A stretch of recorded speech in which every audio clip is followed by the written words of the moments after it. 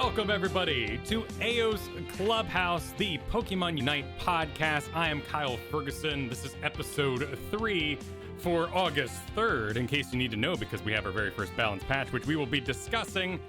I'm not alone. As always, I am joined by Mochrie and Kiyeberries. Mochrie, Kiyeberries. I'll just make you both do it at the same time. How you doing? Hi. What's up? I'm doing great. No, I've been having a great time with it here. This patch that we're about to talk about in a second feels like Christmas Day. Ooh, so I'm having a good time. I'm excited for this. Oh, I was expecting coal in your stocking.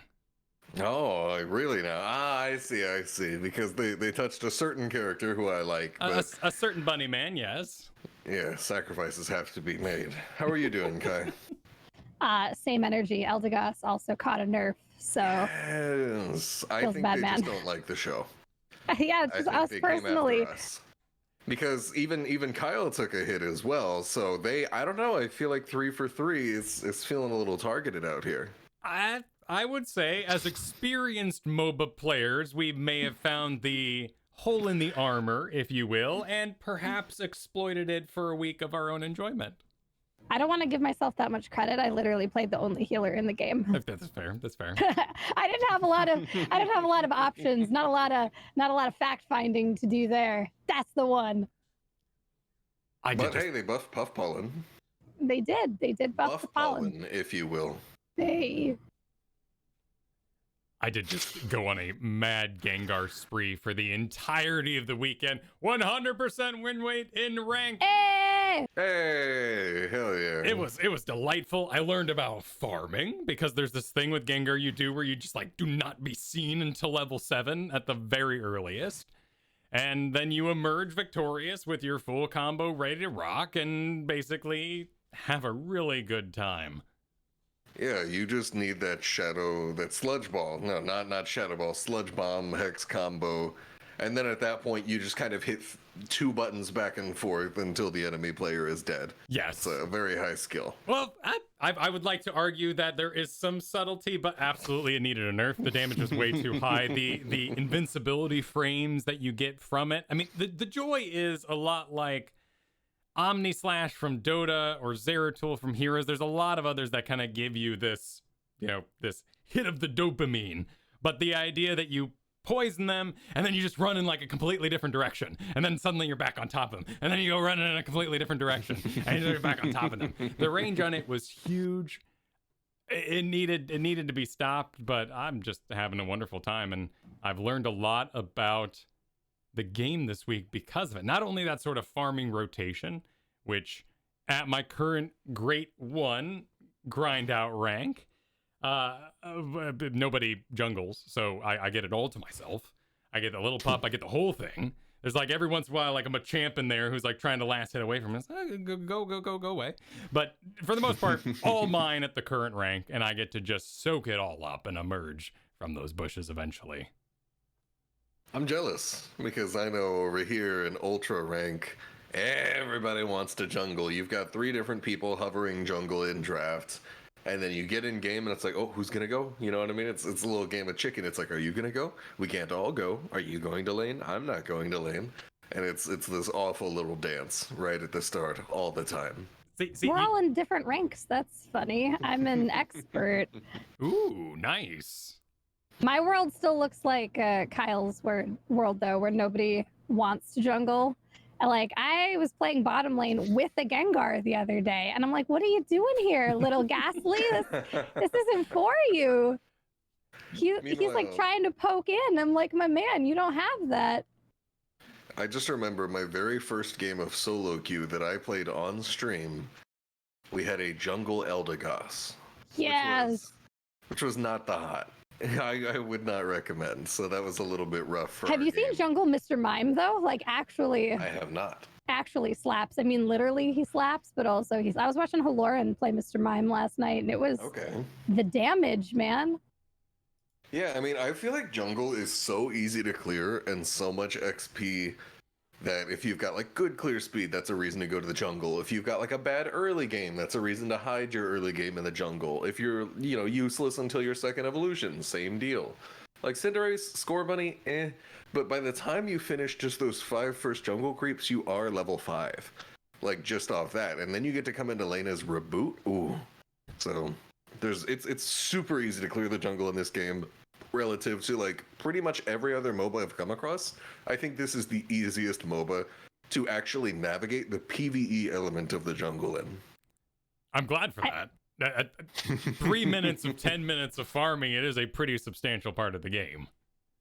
I think of you every time the jungler comes down to bottom and wants to do those first few monkeys. I'm like, go to the jungle. You don't belong here, okay? You got level 5. Give us our But no. pittance. These are our measly farm. Yeah, we get like 3 monkeys. We get like 3 monkeys. You can't let us have that. Go do your Lillipups. Yeah, you don't need to help with the monkeys. You get your clear, you get level 5, and then you help Elaine secure bees and maybe pick up some kills along the way. Bees that spawn 70 seconds into the game at 8:50. I've been learning my timers. Okay, that's really important to know because I have been curious about my etiquette.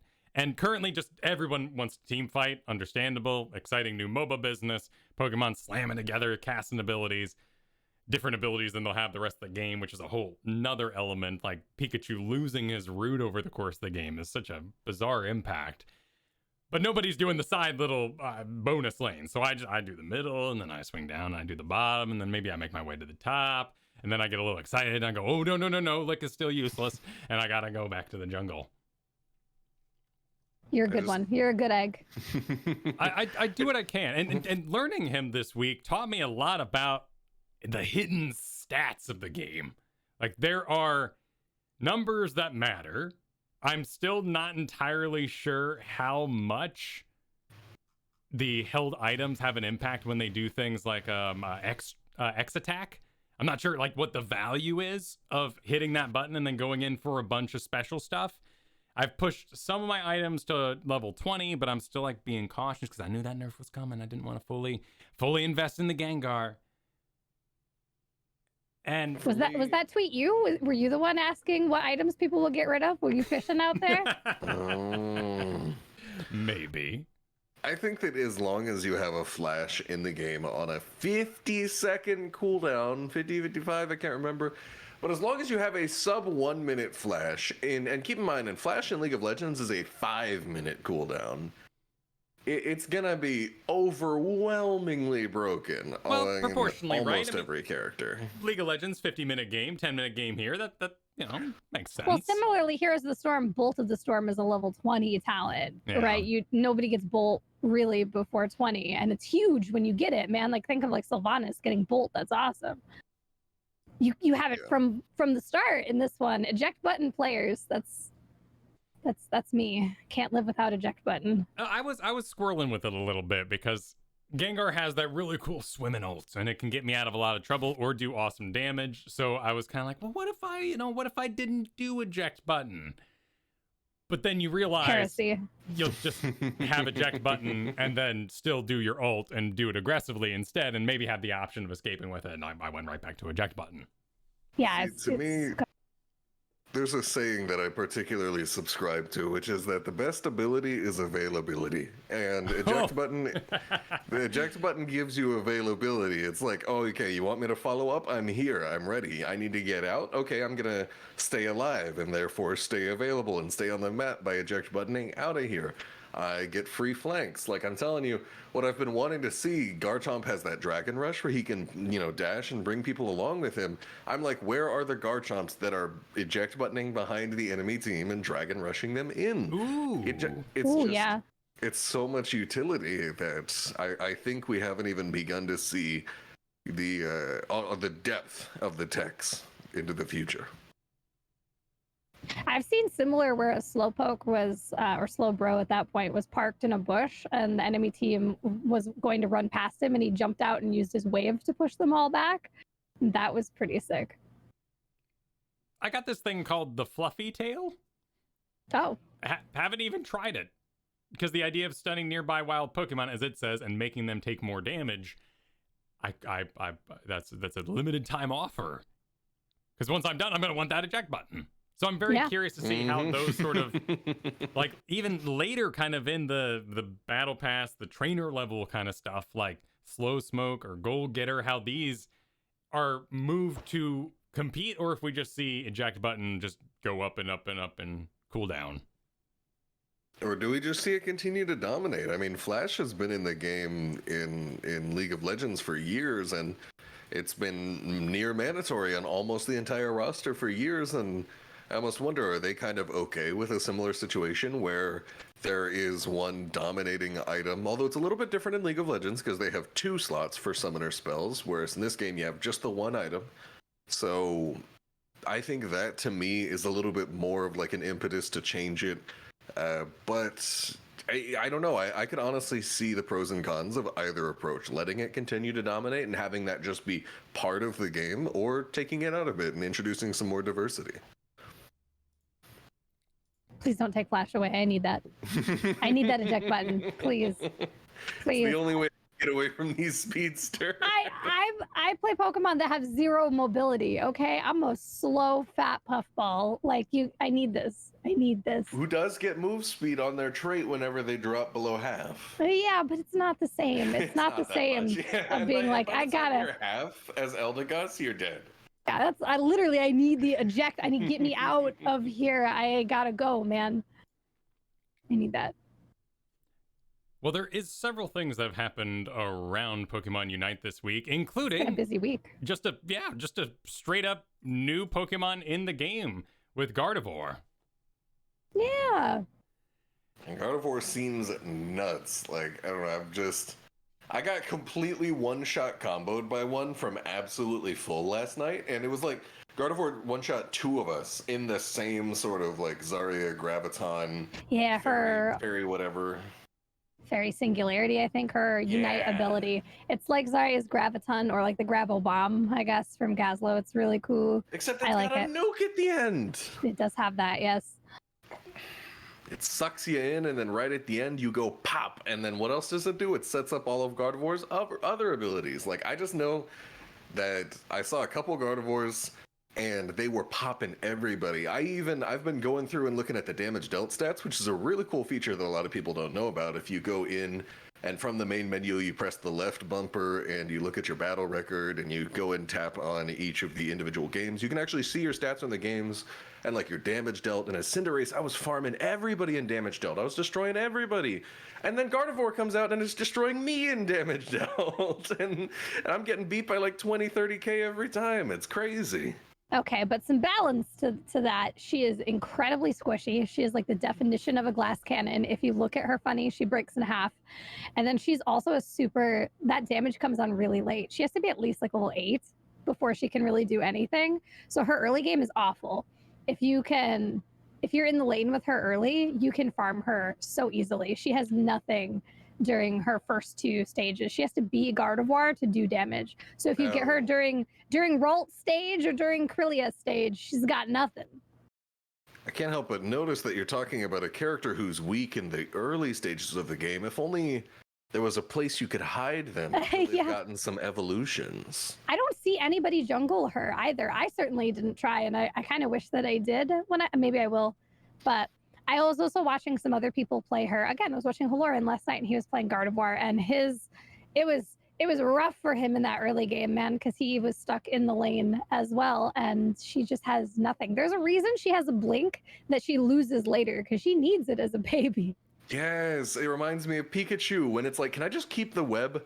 Can I hold on to this and take this into the late game with me? I didn't get it at first with Gardevoir, but I get it more later because in the early game, she's so vulnerable and weak that she either needs it to escape or it has a part on it where she gets bonus damage after she blinks. So it kind of gives you something to try to follow up. But then once she fully evolves to Gardevoir, she doesn't need it anymore. Then she turns into her glass cannon mode where she's like, call an ambulance, but not for me. Yes, I was thinking the exact same thing. Yeah, then the power dynamic shifts, and then if she catches you, she's gonna mess you up. But man, that early game feels sad. Yeah, I'm watching your auto attacks, and I feel like you might as well be tickling the enemy team as I see you hit them in the lane right here. There's quite a few Pokemon like this where the initial value of them is so hidden. Like, I tried Mr. Mime. He's now on the free-to-play rotation. I know I'm doing something horribly wrong.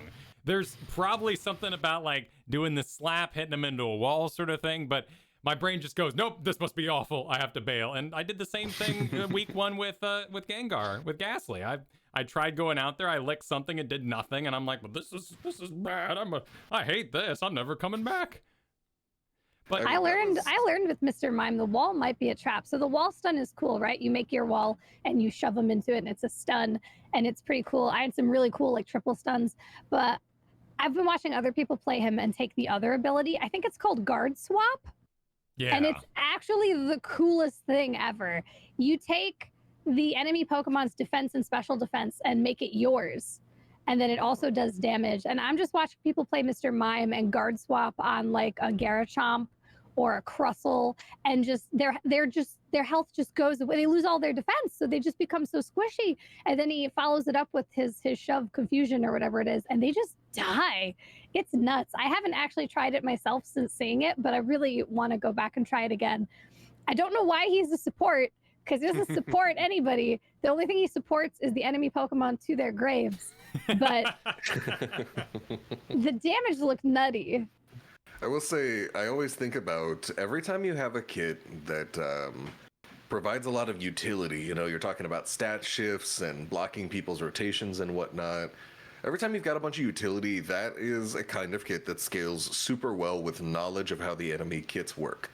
So it wouldn't surprise me if right at the start, first couple days in Mr. Mime, nobody knows what animations to look for. People don't know the full kits of every character. You know, they're not walking up thinking, oh yeah, this guy's going to do this and that ability. In the same way that you and I know when we play Heroes of the Storm, you've been playing Heroes of the Storm since the 70s, so you recognize most of the abilities.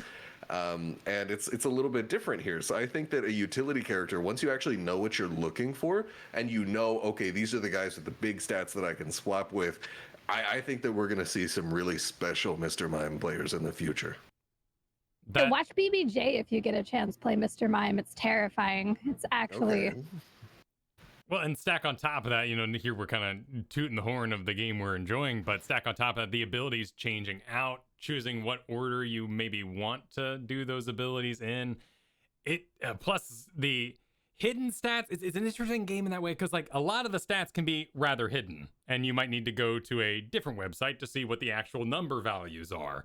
But at the Very same Pokemon. time, yeah, but there's also a lot of like options, like more than I've seen in other MOBAs. Like I've seen Diablos and stuff where they let you increase the amount of text on certain abilities, go to more simple modes, change the way you click and stuff. Like this week I traded out, I just turned on a simple ability that made it so that when I hit A, I attack nearby Pokemon with auto attacks. And when I hit B, I instead focus something that might be in the jungle, a wild Pokemon.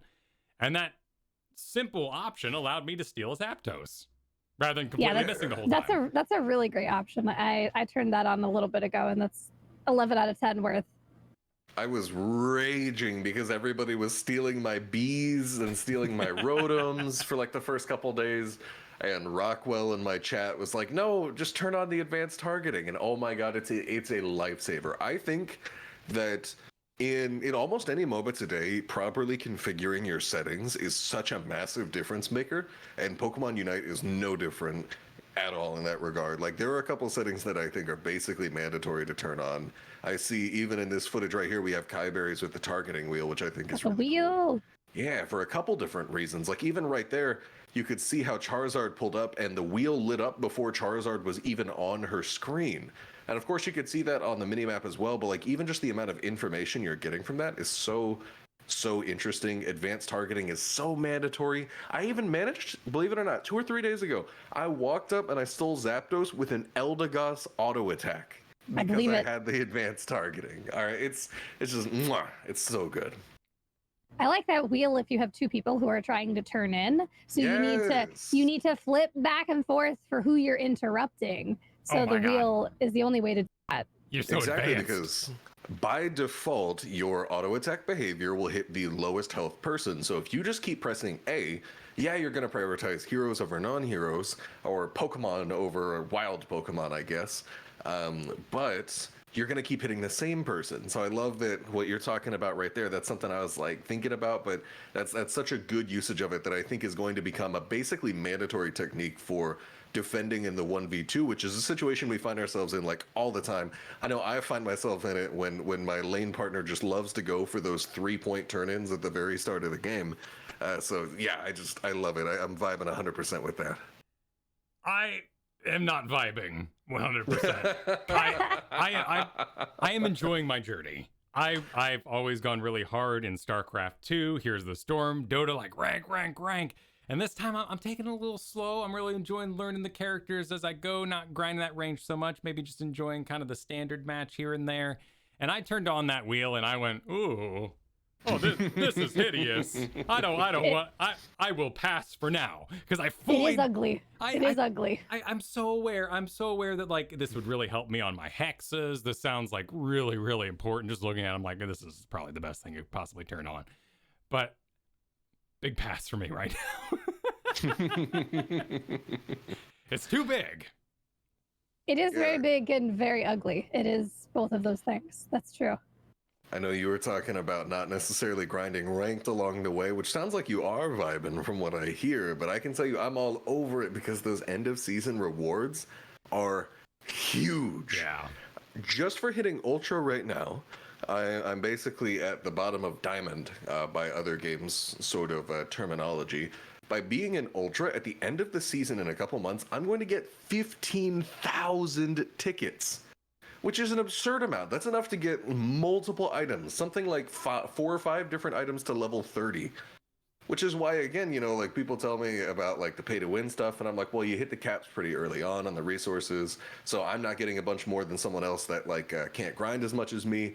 And I think even pay to win, you can hit pretty decent ranks, and then after season 1, you're hitting a point where a lot of your items are going to be maxed out pretty early on. And so I'm all over it because I just want to hit master, get those 20,000 points. And then I think, honestly, I'm going to have all my stuff maxed out, only spending like $5 on the game.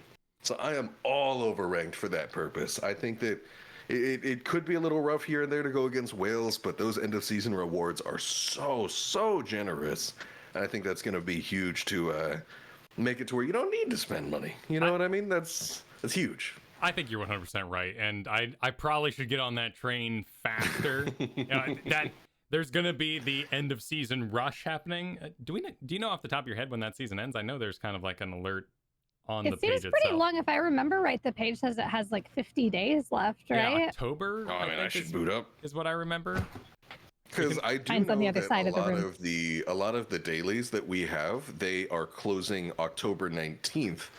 But just while we're talking here, I'm going to go boot up my Switch. I've got it docked right in front of me, and I will let you know as soon as I find out the answer. Awesome. Well, in the meantime, let's talk a little bit about that Gardevoir, because like all the Pokemon that have been released, there's a lot of kit here, and it's got some cool features. And I think I want to jump first because you said your Cinderace was having trouble there. The passive mirrors any slow or damage over time back at the attacker. Is that what got you? You know, when Cinderace hits people, she slows them and damages them over time. And so Gardevoir mirrors those back. Okay. Yeah.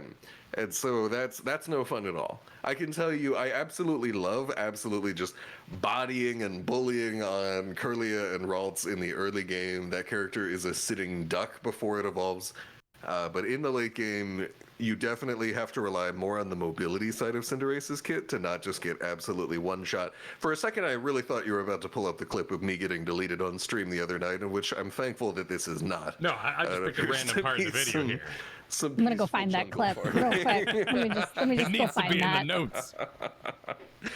But yeah, like that has been absolutely huge. I think that just like before, anytime you've got that kind of character that has that, she's got CC, there's an interesting sort of evolution between your early game mobility and utility into late game AoE disruption, the ability to pop people, the ability to, especially when set up, clump the enemy team for these huge wipes at the AoE damage.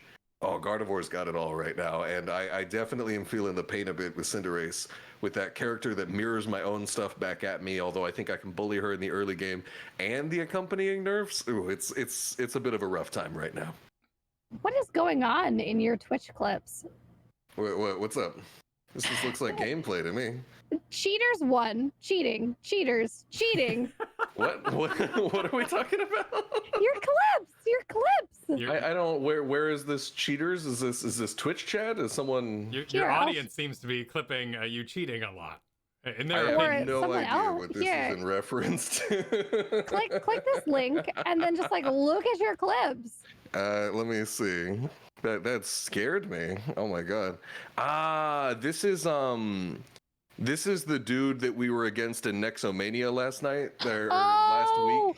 Oh, The one that like has, yeah. So this is a little bit off topic, so we're gonna touch on it very, very briefly. But no. we went against someone in Nexomania who is like having drama problems with everyone, and they were like getting into slap fights about someone else about like their hairline or something, and like literally every single week have some weird drama issue with the new team. And when we said we didn't believe their accounts were legitimate, they just sort of said the same thing about us, which is asinine, to say the least, considering we broadcast all our own gameplay. But yeah, that's its whole own can of worms. Oh, damn. I'm sorry. I didn't even realize. I thought it was memes. I thought it was memes. Nah. Ah. Oh no. I'm out here looking for you getting schooled by a Gardevoir, and I've uncovered drama. I wish. Mochrie is a well-known cheater. Thank you, Rockwell. It is known. Kai, did you really feel this basic attack special defense reduction? No, I feel like the only time I really felt powerful with Gardevoir, and you feel powerful, is if after level 9 you catch somebody in a full combo, right? You suck them in with the Fairy Singularity, and then you get the thing that does like the 3 blasts on top of them, and you just 100 to 0, like 3 people. So I'm wondering, do you feel, and again, I'm saying this from the perspective of someone that doesn't have a single second of Gardevoir gameplay yet, do you feel that this is a character that's very ult-centric? You know, that's like, oh, you're not really doing a lot if you don't have your ult? Yeah, that's definitely part of it. I think people have said that she's like basically unplayable before level 8, but for me it was like level 9 when you get that ult is when it really felt like I could find somebody, I could full combo them, I could delete them, and I felt like a god. But outside of that kind of combo where you're fully deleting somebody, you're incredibly squishy. You've lost your teleport by that point, so you're even more vulnerable. And you're just crying, hiding behind your Crustle or whoever your tank is until all of your abilities come off cooldown, and then you're, ready to re-engage and delete another.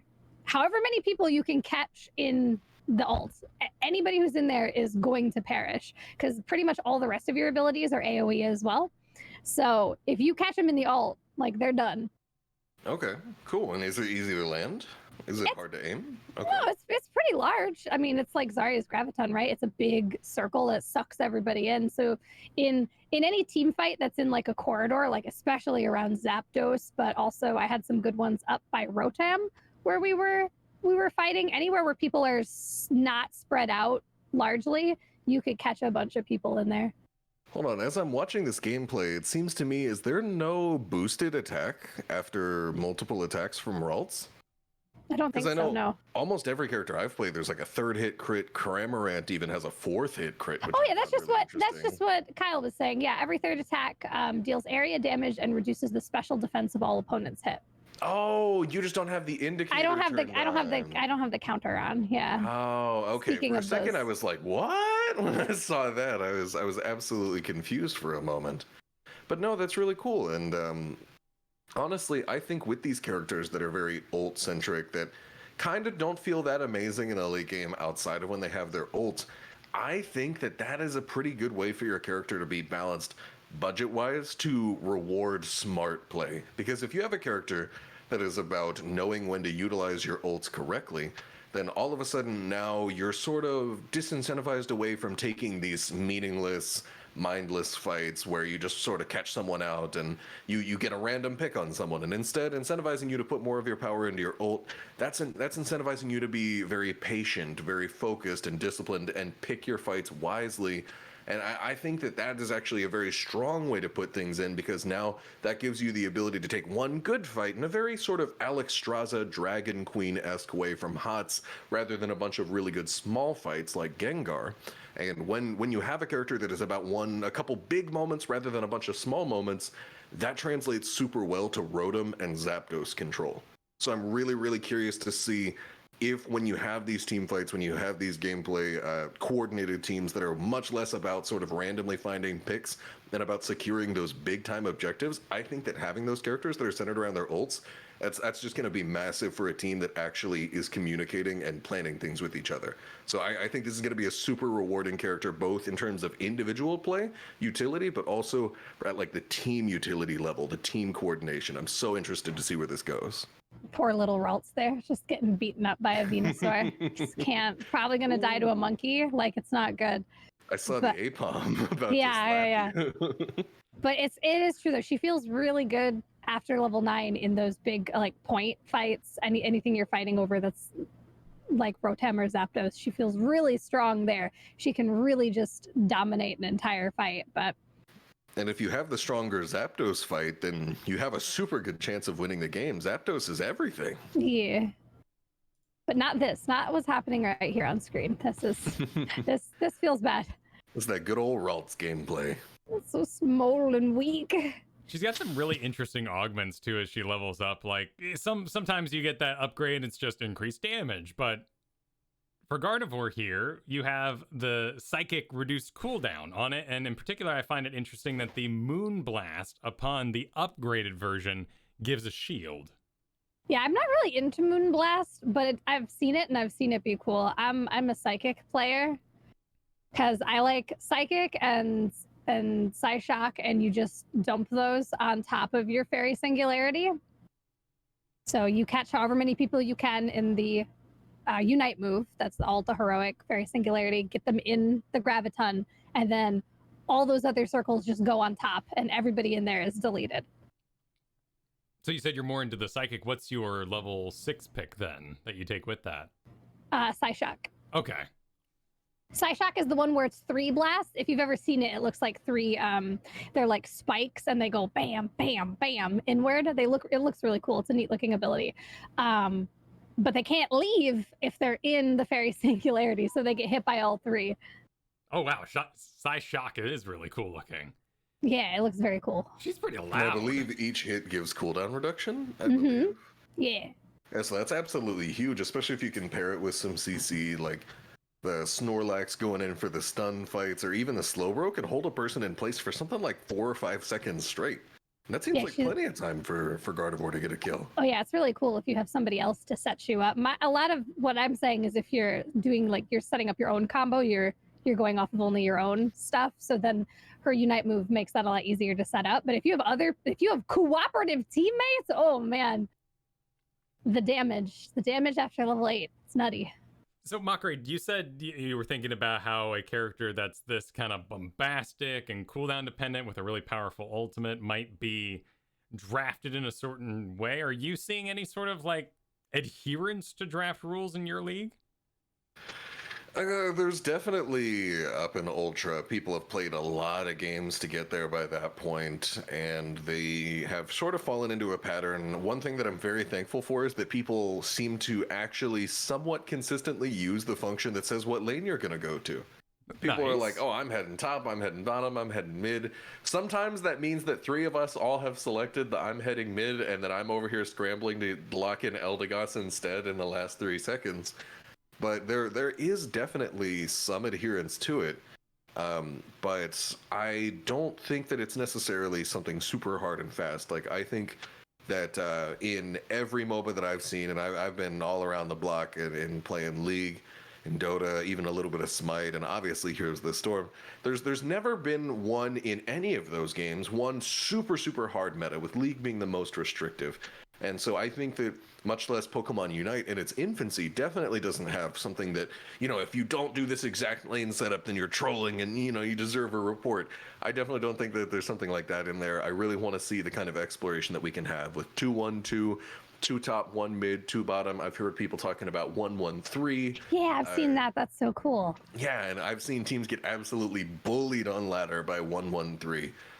So there's a lot to talk about there. There's a lot to sort of evolve into, and I would love to see how it actually shapes out once we get more of a sense of refinement. And because right now we're definitely still in that phase of we're all sort of bumbling around, figuring out each other's kits, and you still see people, you know, going for some kind of wild stuff. You see people going on Zapdos when the enemy team is right there with all 5 alive. Yeah, which anybody who's been in these games knows. They're like, ugh, they shudder at the thought.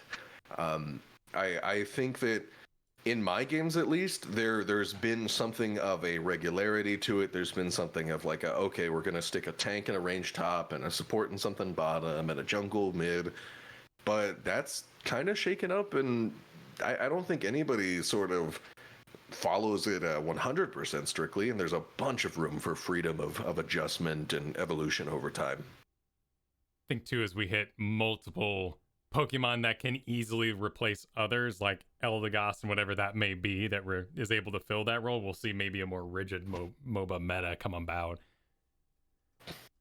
Yeah, and the meta, in my opinion, the meta is always at least a little less restrictive than people actually think it is.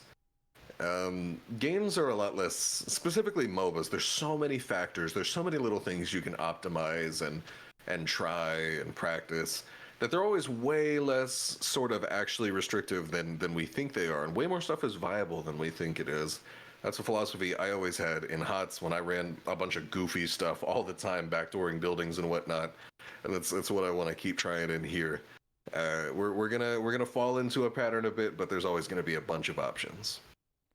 Well, let's dive into those big old patch notes, which are happening. Lots and lots of little bug fixes, but it led with, well, actually, the whole thing's full of cryptic sentences, but I'm not too concerned about this, because this is the way that every single strategy game or MOBA I have ever covered has gone. It kind of feels like the devs are just trying to get away with it a little bit right in the start. And I don't blame them. It's almost like, let's see how much people actually care about numbers. This is very on brand for Nintendo as well. Some Nintendo games don't, like Smash doesn't even get patch notes. They get a patch and figure it out, losers. Like, they don't even get patch notes. And then patch notes that have no number values or have no hard number values are also really common for Nintendo. I believe it's Splatoon, when they do balance patches, they say things like, it was increased by 5%. 5% of what? You don't get to know that. So this is very on brand for Nintendo. If you're not familiar with Nintendo,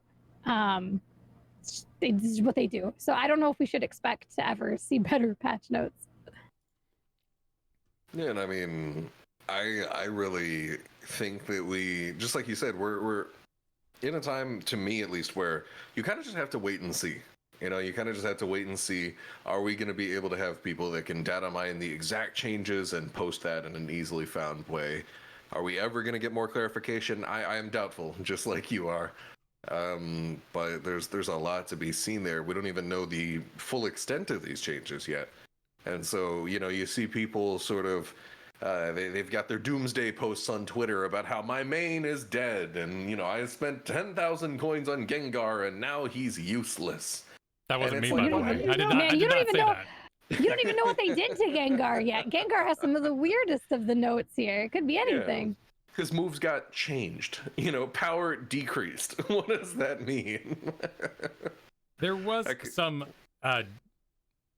notes in Japanese that were translated by Google, which means it's not entirely functional, but we do get a little bit of a deeper view as to what some of these things mean. And first up we have feature test release. Ooh. Which seems to be tied to a spectate feature. Yes. That one's big. It's only going to be out for 2 days for testing, and then it will go away to be worked on further. But that's really big. If you're thinking about like an esports scene of any kind, having a spectate mode, you need that for your observer. So they're already testing that. That's very early. That's awesome. Yeah, it's basically mandatory. I remember someone was telling me about a tournament they had played in where the tournament organizers, upon realizing that there were no spectate seats in these games and they had to run a tournament, they were asking the players to stream their own side of it, whether over Discord or Twitch or whatever, and to show their own perspective, because that was the only option they had to get any look at all. So yeah, that's pretty common in the esports scenes for games that don't have spectators. We see that a lot with or the spectate function doesn't work the way you would expect that it would. We see that with like Legends of Runeterra. We also see that with Teamfight Tactics doesn't have a spectate mode. So that's how they do Teamfight Tactic tournaments. All the players stream their POVs. That's kind of wild, actually. I wouldn't expect that.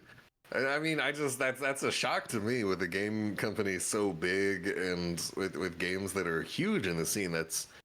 Wow, I had no idea. Okay, yeah. that is new. So that's fun. It poses all kinds of challenges for those tournaments that I've seen, but it's really cool that they're jumping on it so quickly to get a spectate mode into this game. I wonder what it will look like.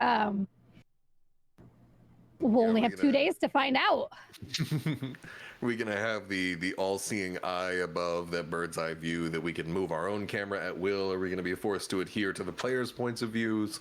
There's a lot of different features that you could do with spectating that I'm really curious to see about. And this is something that I particularly am in love with this topic. I could go about this all day long. I've always wanted to have VR spectating of MOBAs where you see the match being played out on a table in front of you in VR and you can sort of tap on the table to go to spots. Ooh. There's that's cool.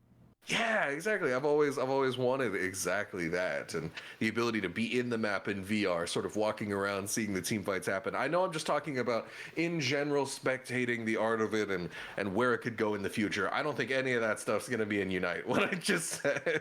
No, but there are examples like the International for Dota has lots of cool tech features. Granted, most of those tech features were invented 6 years ago and now they still exist, but that you have sort of the holograms that appear before the players in the actual broadcast. You can go into the game and choose which cast you're listening to while inside the game while watching the International live.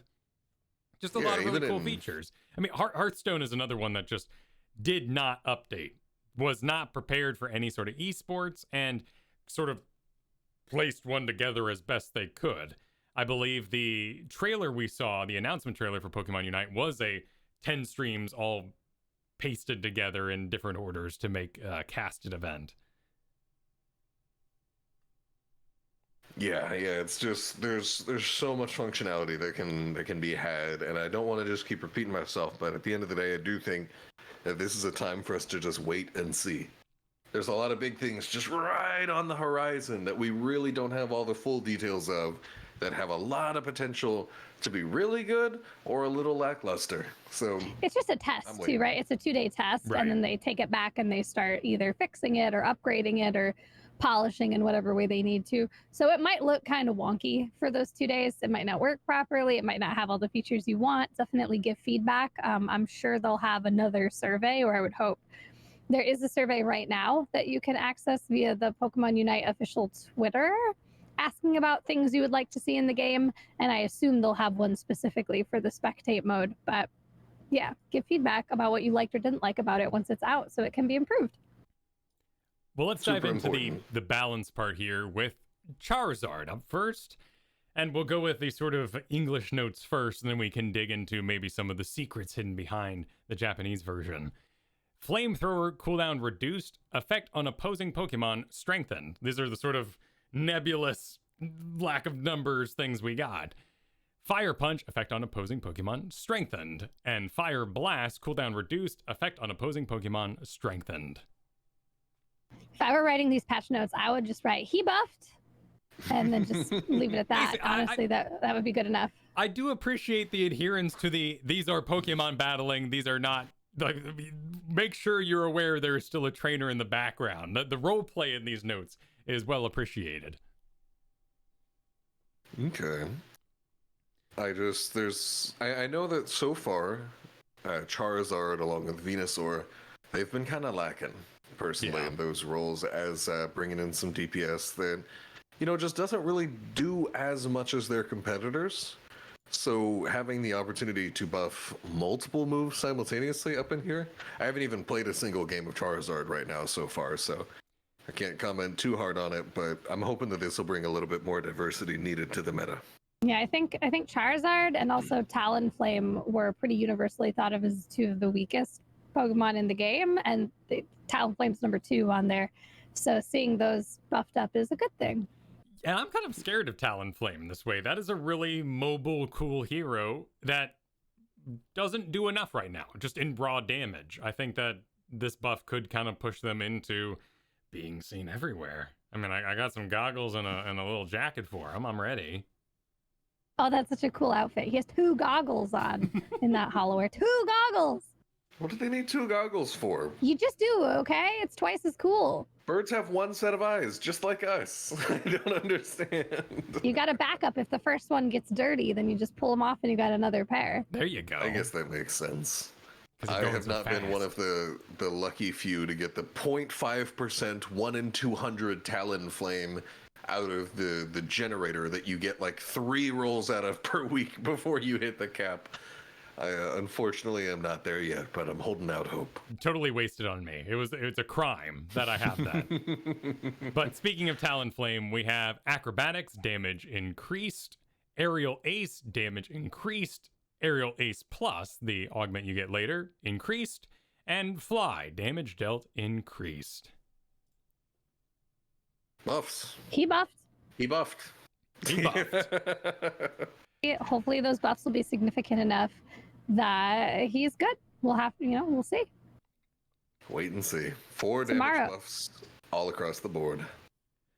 Venusaur, Sludge Bomb, damage dealt increased. Effect on opposing Pokemon strengthened.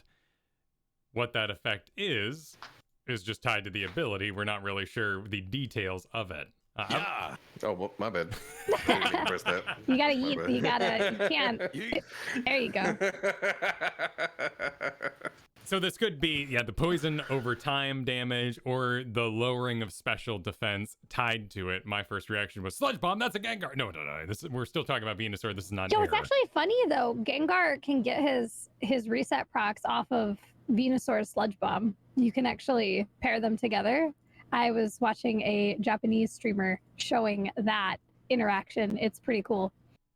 I don't think it's exclusive to. It'd just be a. That's it. Any poison. Sludge Bomb. Yeah. Opponents Opponents take damage. I think it's any debuff. Like, I think a Alolan Ninetales can debuff someone and Gengar can get hex resets. They were doing it with Venusaur and Gengar, and it was pretty nutty. Yeah, the text here says for Hex that this move's cooldown gets reduced for each poisoned target hit. So it has to be counted as a poison. So I guess Cinderace's fire being damage over time isn't a poison?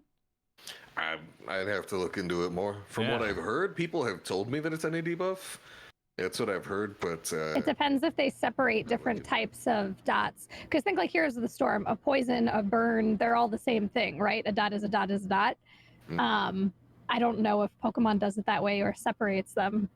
Yeah, chat is saying that counts as a burn, so a different effect there. Okay, I just know that Venusaur, in my opinion, even though it's definitely not my playstyle, I'm all about kiting and mobility and whatnot, Venusaur offers something really interesting to the game in that they are a kind of immobile but bruisery ranged assassin, ranged attacker. They have AoE effects, they have drains, they have pedal dance and a circle around them, just punishing people for getting up close and getting a lot of self-sustain, getting a lot of area control. It's sort of, it feels like that halfway point between a melee and a ranged. Just having a battle mage, if you will, getting right up in there. So that's an archetype that I think is really interesting that hasn't been explored nearly as much as some of the other character archetypes that we've seen in this. So it would be cool to see Venusaur have his day in the sun. Nice. Pun intended. Totally unintentional, but I'll claim it. Now, Pedal Dance move upgrade, we do not have any additional information on, just that the effect is strengthened. The effect is mo better. We don't know how, but it's gonna be more gooder soon. Now, the one I'm excited about, in a scared sort of way, is the Solar Beam has its cooldown reduced, and I find a lot of Venusaurs running around and last hit stealing with this thing. Solar Beam, I remember Shot actually posted a clip on his Twitter. Heroes of the Storm, Heroes of the Dorm winner Grandmaster coming over to HOTS, and he hit top 100 on the ladder in Unite real quick. And he said the only useful thing you can do on Venusaur is sniping boss. You know, he walks up, he snipes Dreadnought, you can snipe Rotom, you can snipe Zapdos, because these are all determined at the level of last hitting. So getting that up more often, I can definitely agree. If there's a Venusaur meta, that could swing a lot of games. Games that look lost, well, no, I'm a screen away, and that Zapdos is mine, even if I'm by myself. It's definitely very scary. And then finally, Verdant Anger, the Unite move, increased. Damage dealt in this case. It hits harder. It hits Mo better. There's not much else to say about it. Absol had a bugged basic attack, which I haven't heard about, but it's now fixed. Yeah, I have no idea what the bug was, and perhaps someone in the chat while we're recording this live can inform us what the bug on Absol's basic attack was. I just know that he's got more damage now, and that I don't like, because I've been one-shot by too many Absols, so this is the big thumbs down part of the patch note for me. Well, to my knowledge, and we're talking here about the Night Slash and the Sucker Punch, these are both the off picks at the moment. Okay. From my experience, again, like when you think of Night Slash, that is up against Pursue. Well, maybe not. Maybe not. I definitely see a lot of Psycho Cuts. This guy's dashing around all the time. It's kind of hard to read what he's doing. But yeah, all I know is that he's killing me. Yeah. All right, he's a screen away, and I think I'm fine. And then there's these purple slashes on my screen, and then I'm dead. Very sticky. I definitely feel like this is a game where you gotta get the rounds in across all the different characters. I think realistically, I should have done my due diligence a while ago. I should have gone into try mode and tried out all these kits, but unfortunately, I am very lazy, so I have not done that yet. You learn when you get beat up by one enough times where you're like, watch out for that guy. Yeah, like lately I've started running away from the Lucario bone on the ground. Yeah. And all of a sudden I'm out playing all the Lucarios because they can only dash to the bone, you know? And so once they're not all up on that. Oh, and his ult is super telegraphed as well, Lucario. He has this massive charge up before he sends out an Aura Sphere. So Lucario is one of the first characters that I feel like I'm starting to figure out how to outplay and avoid, and what to stay off of, what to not let hit me, and that's beginning to really show up in my game results. Wigglytuff, defense, special, defense, and HP have all been increased. So, Kai, you've tried. My understanding from tweets and whatnot is that Wigglytuff is dead to you. I hate Wigglytuff, yeah. So I hate Wigglytuff for a couple reasons. Firstly, I hate Wigglytuff because Wigglytuff is labeled as a support for no reason whatsoever. I don't understand. How is this character a support? She's essentially Hogger. Why is she a support? It doesn't make any sense. So I was debated into purchasing Wigglytuff, thinking she would actually be a support. But then also, you're like, okay, she's a melee character. She has a lot of burst damage. She has a lot of disruption if you take rollout. Sing is a good like stun thing, but okay. But then she's like really squishy. So if you're not getting the jump on somebody, she has a lot of damage in her combo with double slap. If you go quadruple slap, she does a lot of damage. But she's again very squishy, very vulnerable, no escape.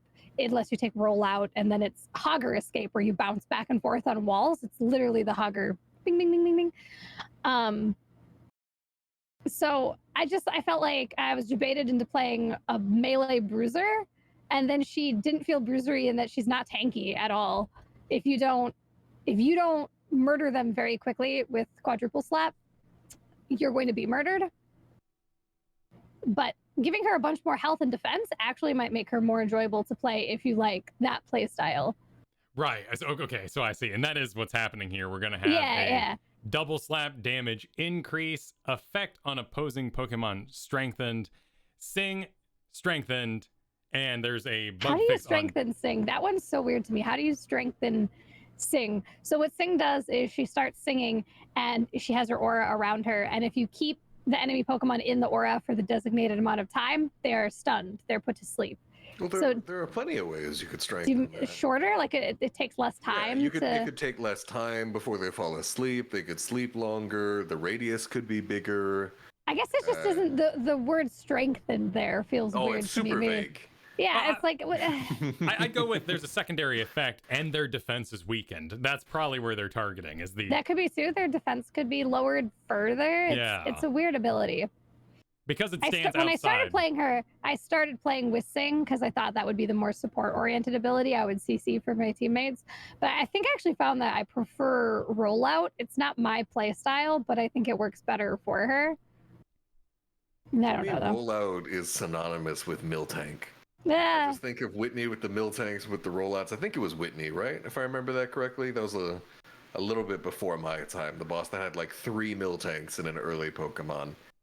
But I hope to get that character one day. That is either Miltank or Chansey is still. Those are my dream beefy support boys that are all up in there. We know how you hog, Kyle. There are some spots on the map with Rollout with Wigglytuff where you can have some hilarious infinity rollouts just going back and forth.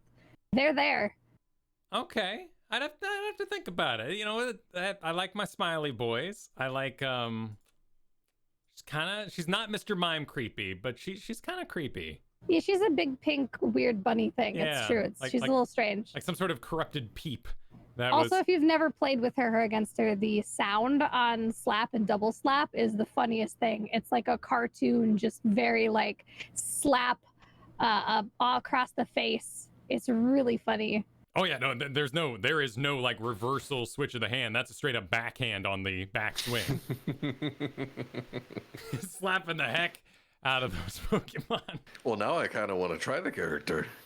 If they've got this much style to their animations, I feel like I would laugh. It's not even style. It's a very basic looking. She has her little hand. She goes like, and then there's like a big cartoon glove animation that does the slapping. It's the I feel like sound. You're trying to sell me off of this, but I'm only becoming more and more intrigued. Well, I'm telling you, the sound though is actually very satisfying when you double slap somebody. I think this is great content creation work here. Kai says she hates it and then describes why it's so amazing for someone else. Yeah, it's not for me. That's really why I hate it, is that I thought it was going to be a completely different play style and I just felt debated. Kai's like, it's the worst. You pull out this giant cartoonish hand and slap people and then backhand them. And I'm like, where's the problem?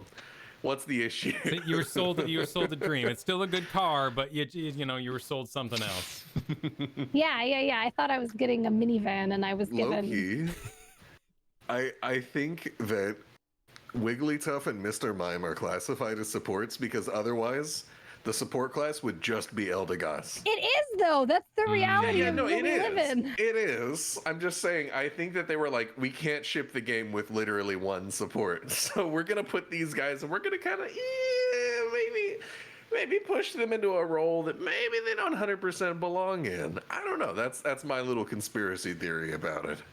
Well, let's continue that conspiracy theory because there's balance for Eldegoss, and it goes Cotton Guard. Cooldown lengthened, HP restoration decreased. Cotton Spore, cooldown reduced, effects on opposing Pokemon strengthened. This move's defense special increased have been strengthened. And the Unite move, Cotton Cloud Crash, HP restoration decreased. So this actually touches on a particular divide here that we have on the show. Kiyeberries and I, we've both mained healer for significant amounts of time. I don't do it anymore, but I used to. And I still find myself flexing onto Eldegoss often. And our main divide in this game is the decision between Leaf Tornado and Cotton Spore. Cotton Spore, baby. And Cotton Spore has now been buffed. Yeah, so they basically took some of the power that was in Cotton Guard, which is the shield. It's an AoE, there's no targeting to it, it just goes in a circle around you. It puts a shield on your allies, and then when the shield expires, they get a heal. So they made the cooldown longer, and that heal at the end was reduced. But you get that healing back if you take Cotton Spore. The cooldown there is reduced. So you can do that more often. So I feel like her overall healing over the course of a game, if you take Cotton Spore, is going to be the same. They just put it into Cotton Spore instead of Cotton Guard. The only kind of sort of problem with that is Cotton Spore is a skill shot as opposed to Cotton Guard, which is just the AoE shield. And then it kind of works in an interesting way. If you put the Spore on a friendly Pokemon, it is a heal over time with an AoE heal at the end. If you put the Spore on an enemy Pokemon, it is a damage over time with an AoE heal at the end. Wait, so hold on. So that's I think we are confusing something here. I think you and I are both talking about Puff Pollen. And this is actually the competitor to Cotton Guard, Cotton Spore. Right, so these Not are the both competitor to Leaf. You're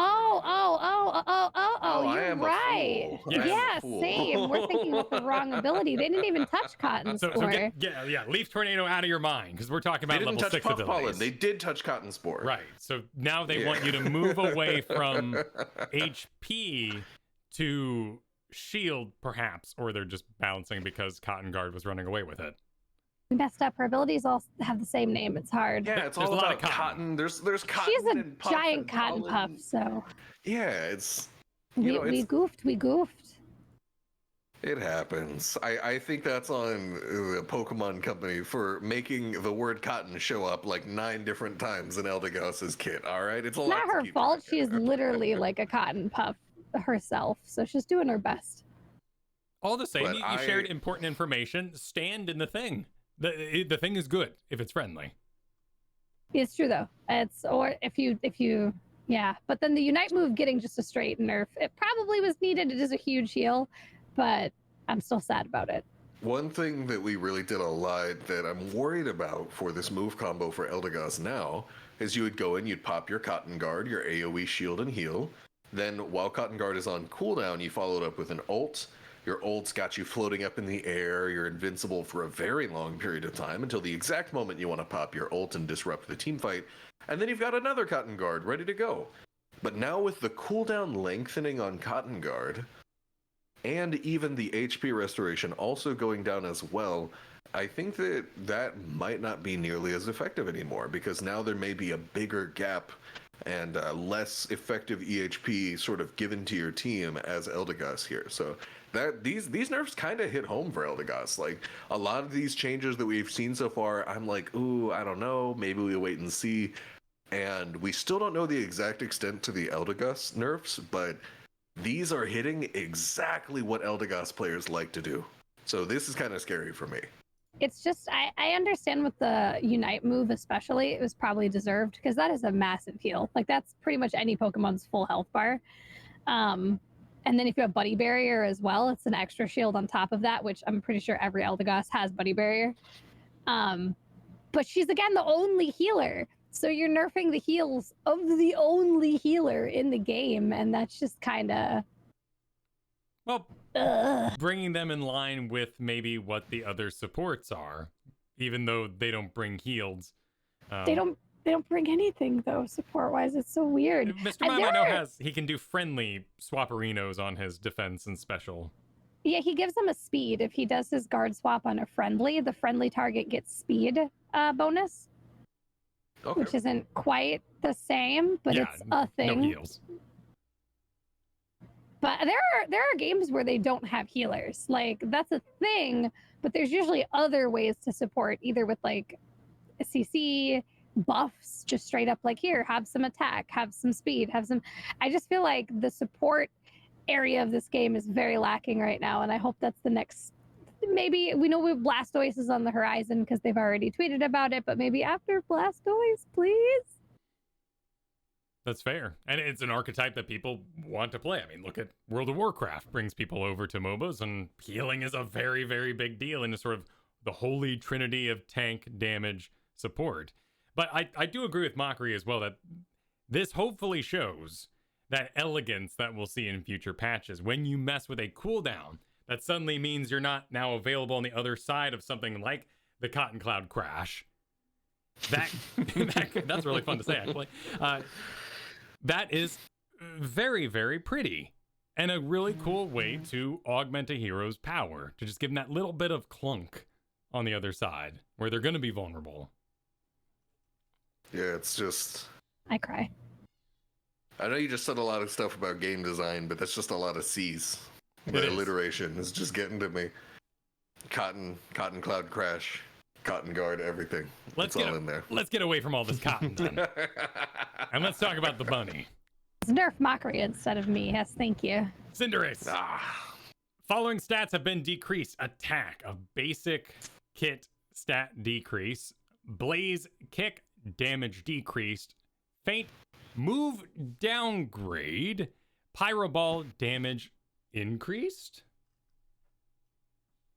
Okay, so I guess this is my turn to talk about this as the Cinderace main here. They went for everything. What is this? So to put it in perspective, attack nerf, blaze kick nerf, faint downgrade nerf, i.e., and then Pyro Ball is the only thing that got buffed. Pyro Ball is like the worst thing in there in the vast majority of the time in my experience.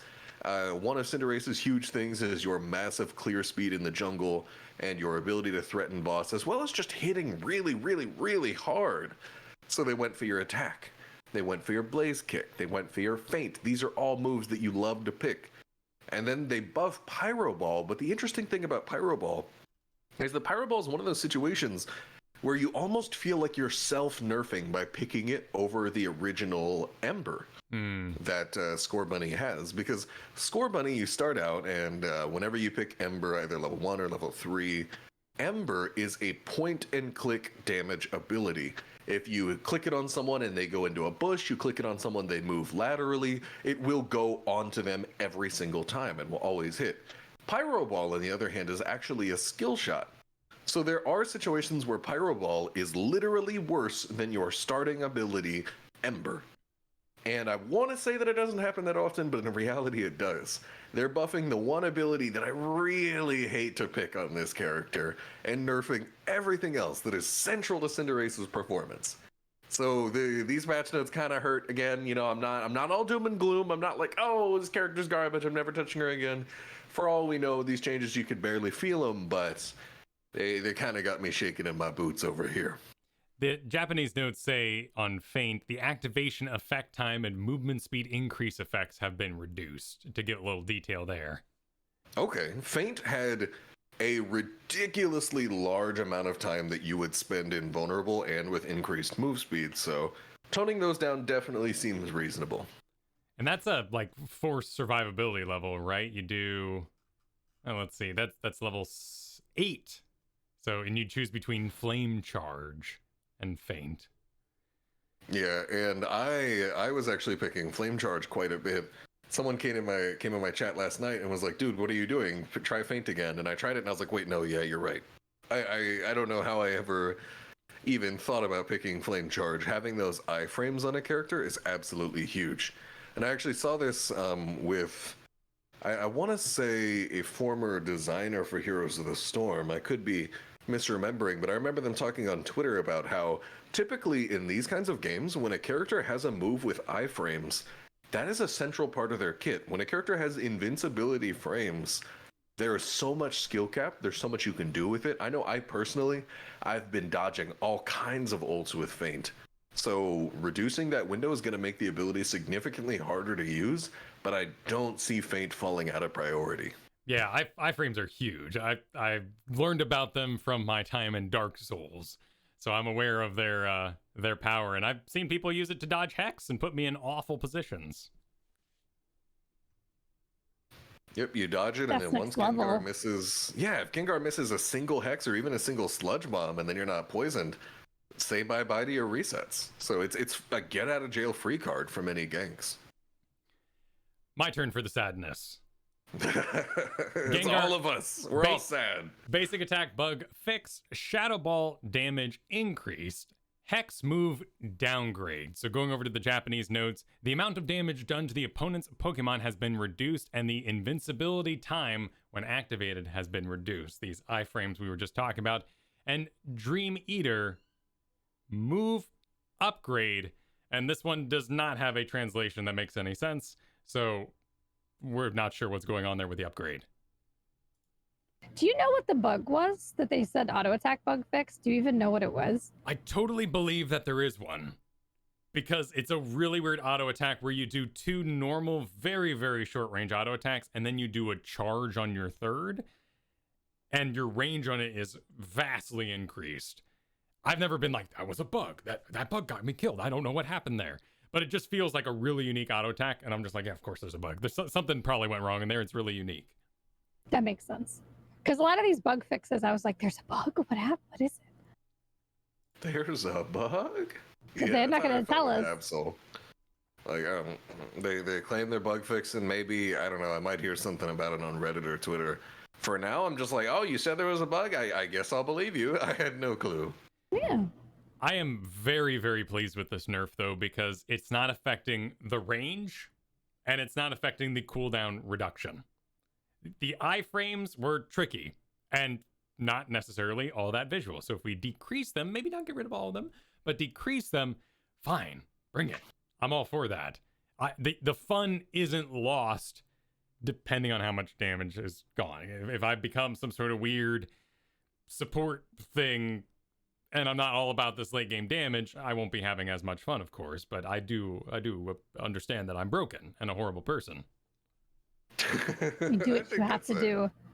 That's a bit of a stretch of a conclusion to take, but all in all, nothing to worry about just yet. Let's wait and see. Yeah, and if they buffed up the Shadow Ball, then, we do have a cool option, if properly buffed, for Gengar to make this choice. Am I this sticky teleporting assassin, or am I like this burst that's just going to show up still cooldown based, but do a big Shadow Ball Dream Eater combo, and then run for the hills after that? Zeraora is up next. Spark, bug fixes. Wild Charge, damage dealt increase, cooldown reduced. And Unite move, Plasma Gale, damage dealt decreased. So Wild Charge increasing the damage dealt to opposing Pokemon is kind of interesting because Wild Charge is the competitor to Discharge, I believe, if memory serves. So with no Discharge changes, I think that's a change that we can probably just write off as not having that much of an impact. Wild Charge, I know I picked it into Garchomp, who has his passive of returning melee damage. And I don't know what happened. I don't know if this Garchomp had a Rocky helmet on, but I would be 100% health. I would press Wild Charge on the enemy Garchomp, and I would walk out with 10% health. And that was damage I dealt to myself. Yeah. Yeah.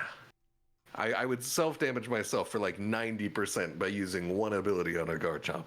And obviously, that doesn't sum up every interaction with this ability, but at the moment, I don't see Discharge not being picked.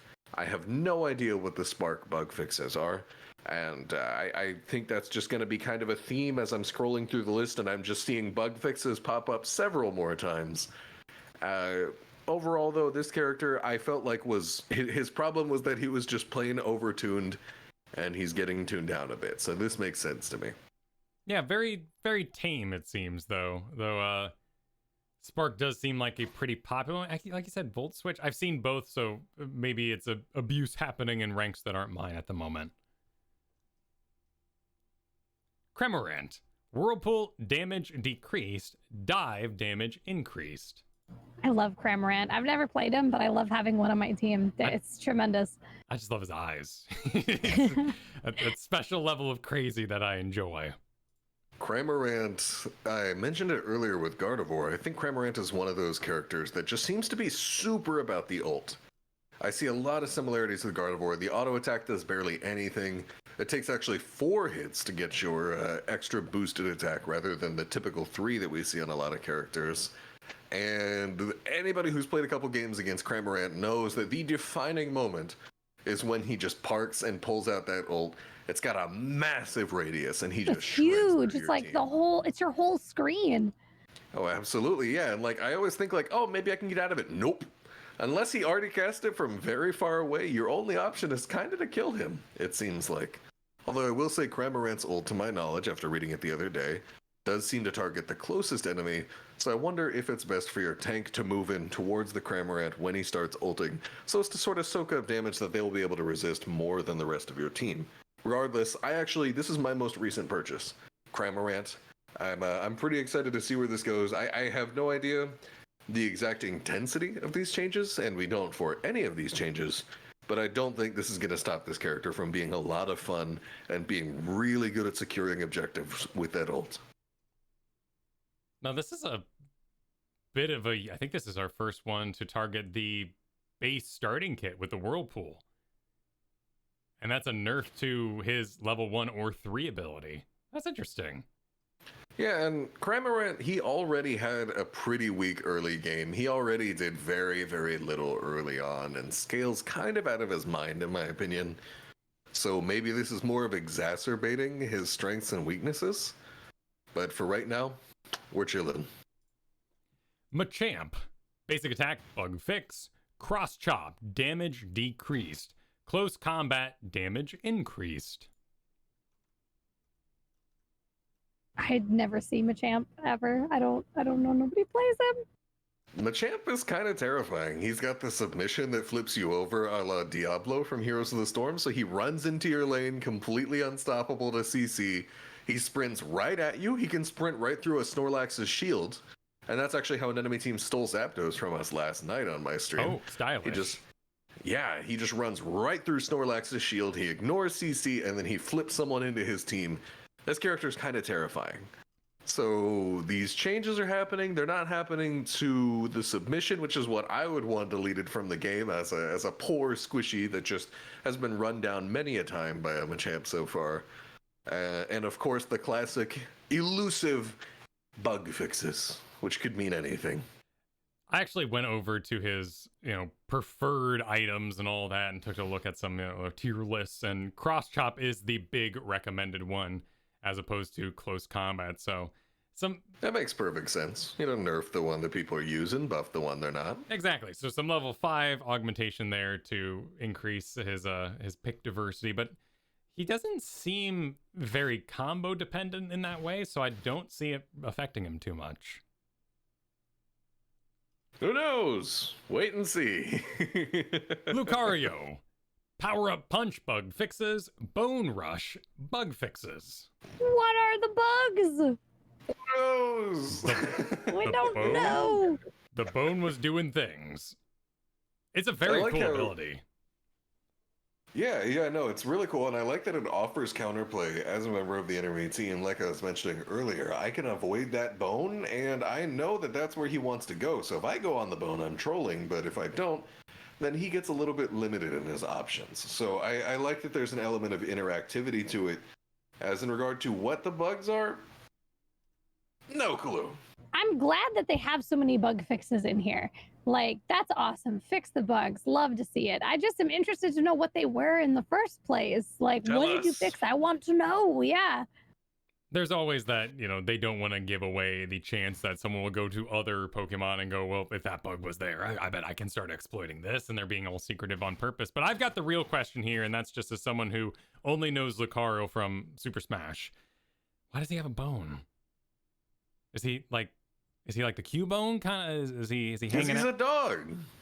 Oh, really?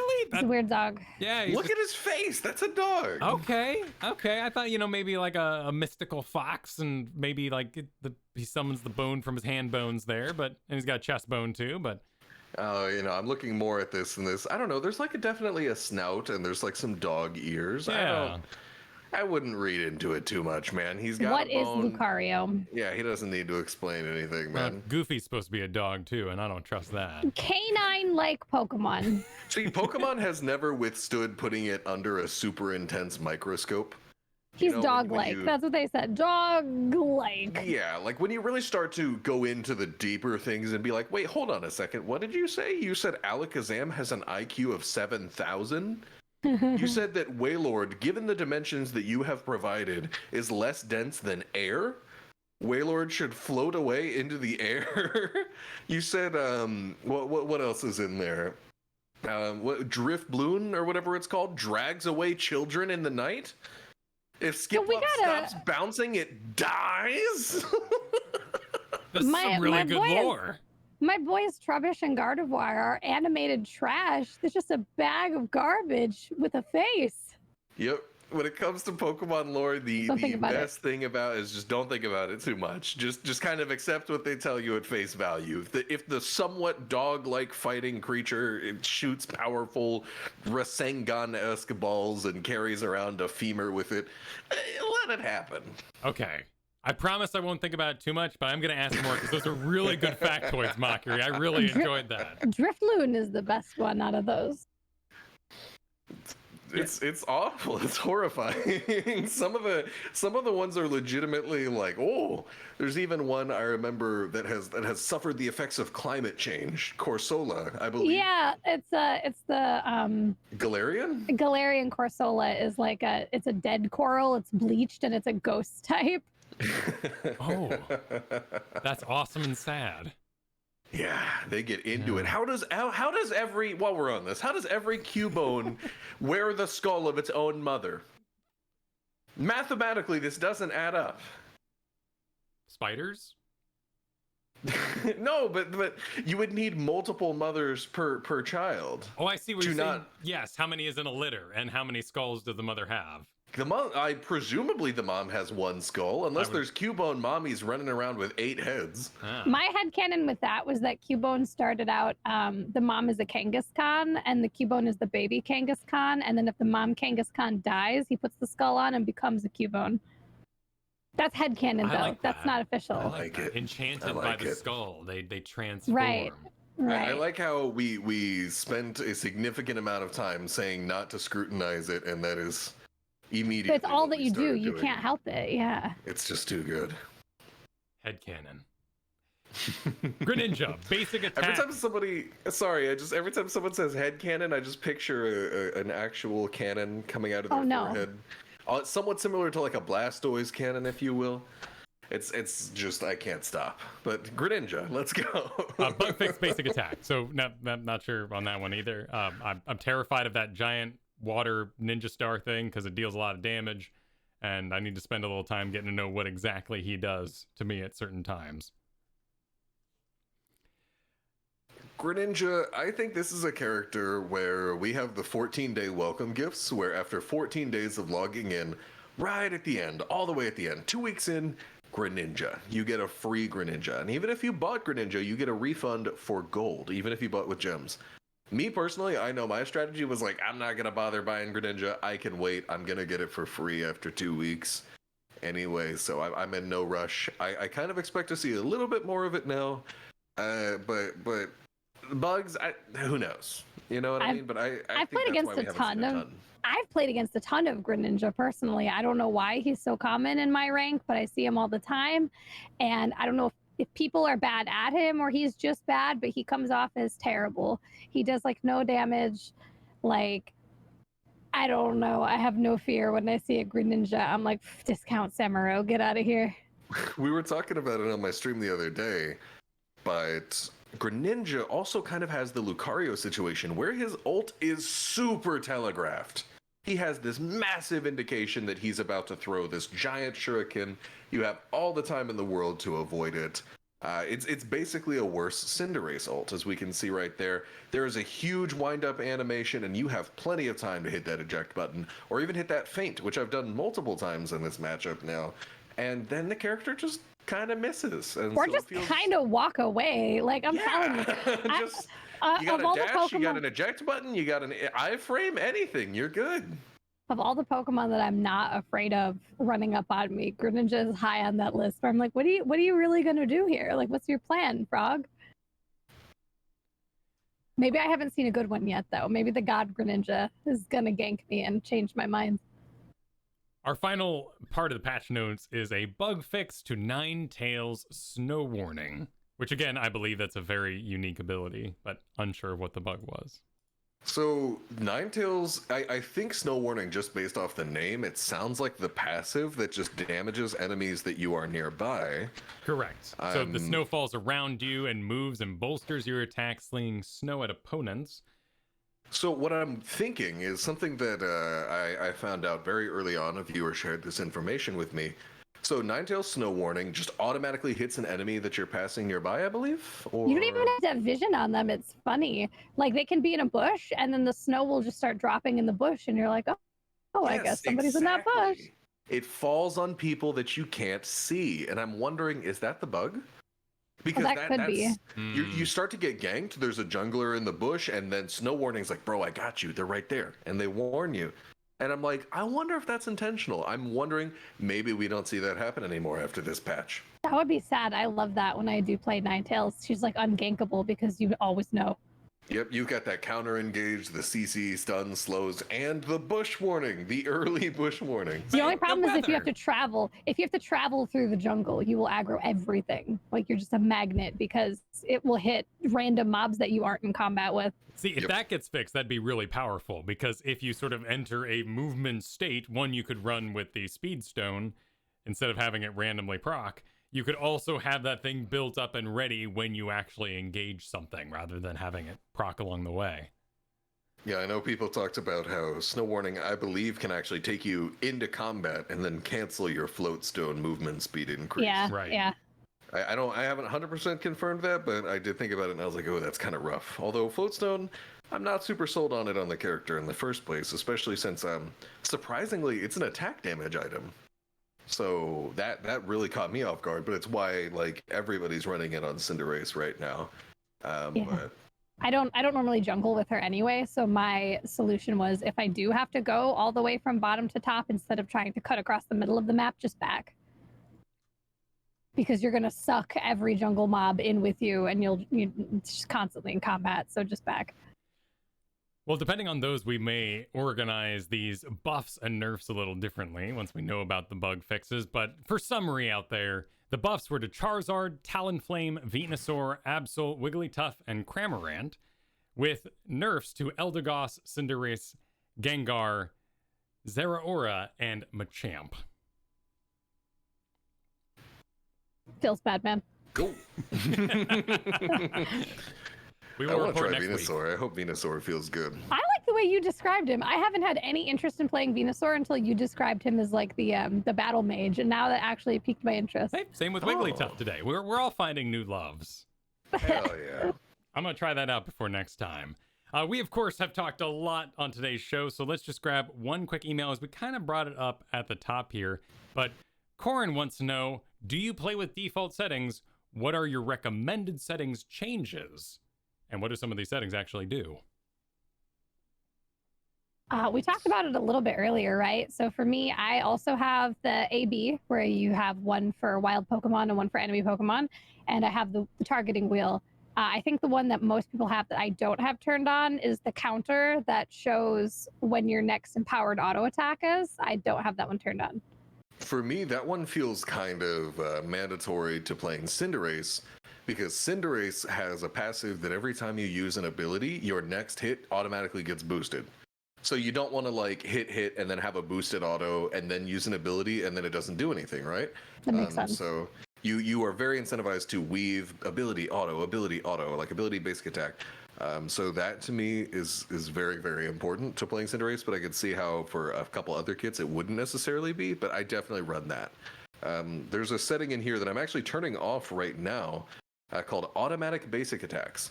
And I didn't know what exactly that did at first, but I found out that when I walked up to people and I auto-attacked and then I stood still, automatic basic attacks would just keep sending out basic attacks without me putting in any new commands, as long as I was standing still. And me personally, I don't like that. I have that off too. That's weird. If I want my character to do something, I'm going to input that my character should do that thing. And having the character behave unpredictably, that's the exact opposite of what I want. So I turned off automatic basic attacks. I turned on the boosted attack gauge. and I roll with the targeting wheel that Kiyeberries had there. It lets you defend better against turn-ins. It is actually a bit of an early indicator for when people enter your vision, even if they're not fully on your screen yet, because good lord, the camera is zoomed in this game. You can see very, very little. And there is a lot of other stuff too. I really want to mess around with these pursuit settings in particular. The pursuit settings really can seem to mess you up. There have been times where I was trying to attack someone in my range, but the pursuit settings had me trying to attack someone out of it, and that just messed me up entirely. And then there's one more that I think is super, super important, which is move aim follows movement direction. This one was huge for me. Move aim follows movement direction. This meant that now your dashes, rather like whenever I did not have this ability turned on, if I would try to press a dash key such as Cinderaces flame charge or something similar, it would auto target to enemies. So I had to specifically target it away from enemies, and that ended up with me very unintuitively charging in when I wanted to escape. So I turned that on, and now while you're not using the right stick, all of your dashes will adhere to the direction that your left stick is going. That's smart. Yeah, I'm gonna turn that on right now. I haven't tried that one. That does sound good. I'm And so writing that's that down. so useful because I'm running away from the enemy team, and I don't want to right stick and have to point it away towards my run, and then sometimes that even accidentally triggers the targeting circle, which I definitely don't want. I don't want to run back in an attack. So move aim follows movement direction for me was critical for getting my dashes to actually intuitively move to where I wanted them to be. I also have raised my camera sensitivity while the minimap is hidden because it moves way too slow by default. So that one I have turned on as well. I know Corin specifically in his question talked about the aim assist settings, and I haven't even touched those. I'm sorry, but I have no idea what to do there. It's a really big setting too. Like there's multiple options here. I love that all of this is available, but I definitely stick to those first couple. And by the way, if you're at home and you're like, whoa, this stuff sounds really useful, hit that X, go to your menus, go to the bottom available window there, settings, and then we're hanging out in controls here for the most part.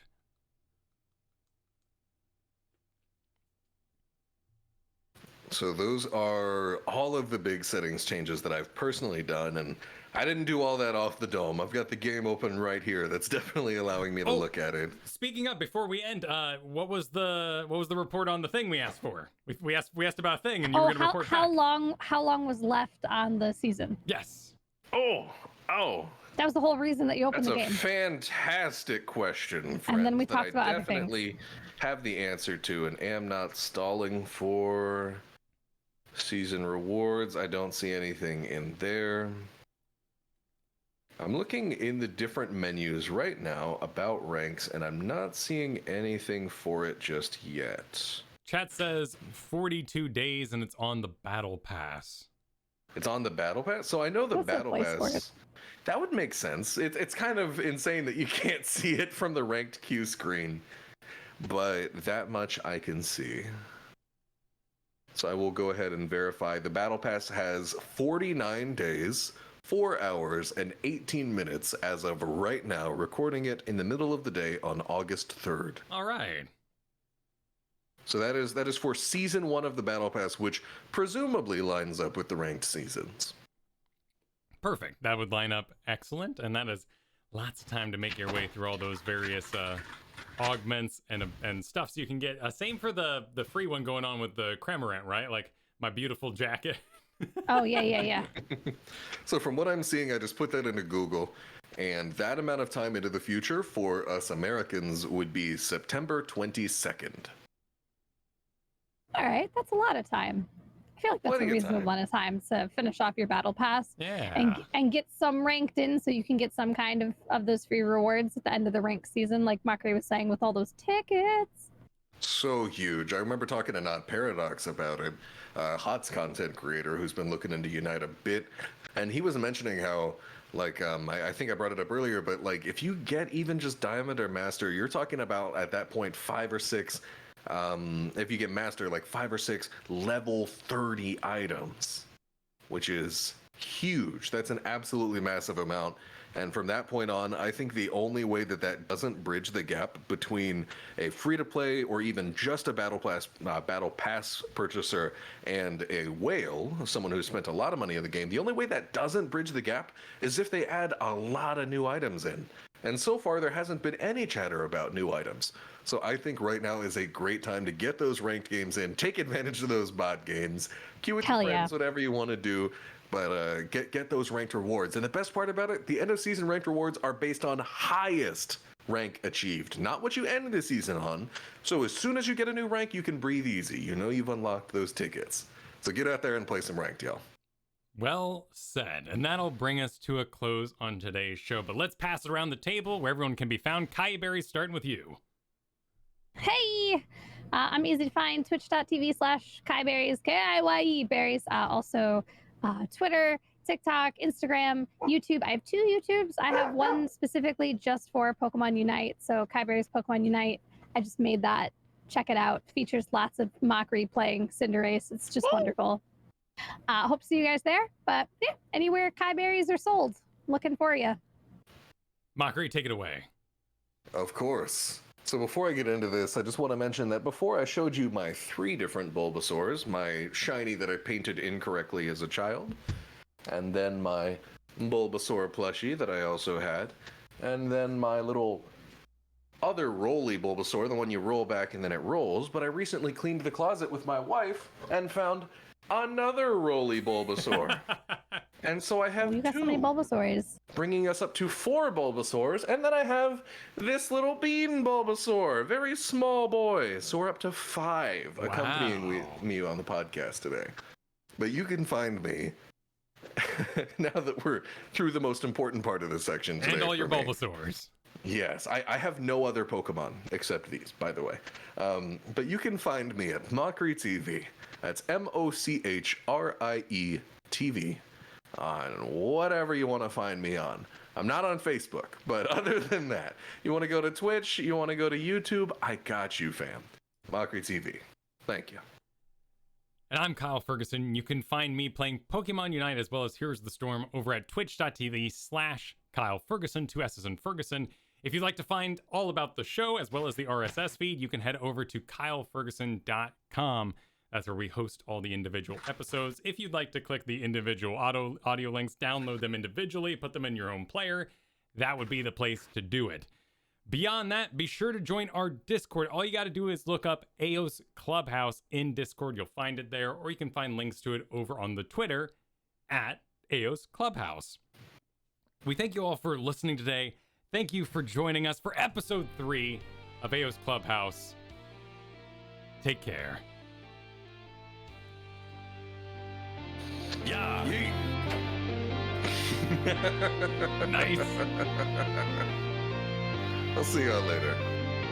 Bye.